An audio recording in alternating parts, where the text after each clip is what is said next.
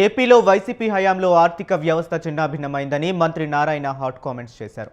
జగన్ పాలనలో అభివృద్ధి, సంక్షేమం పడకేశాయని ఆరోపించారు. కూటమి ప్రభుత్వం అధికారంలోకి వచ్చిన తర్వాత ఏపీలో అభివృద్ధి పరుగులు పెడుతుందని చెప్పారు.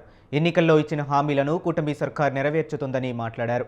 రాష్ట్ర అభివృద్ధికి దేశాలు తిరిగి పెట్టుబడులు సేకరించేందుకు సీఎం చంద్రబాబు కృషి చేస్తున్నారని నారాయణ తెలిపారు.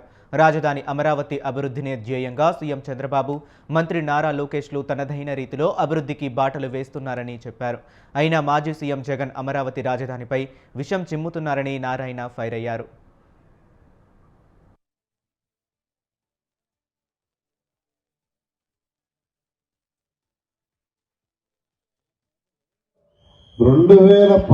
ఫిబ్రవరి అప్పుడు నేనే మంత్రిని.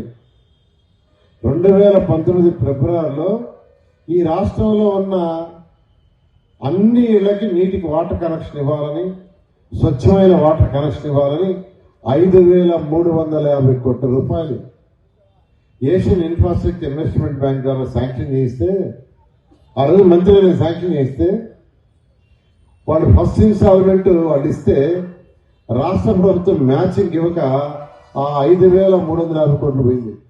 5,350 కోట్లు ఎంతో కష్టపడి తెచ్చాం. 2019 ఫిబ్రవరిలో శాంక్షన్ అయింది. ఇంతలోకి ఎలక్షన్లు వచ్చినాయి, గవర్నమెంట్ మారింది.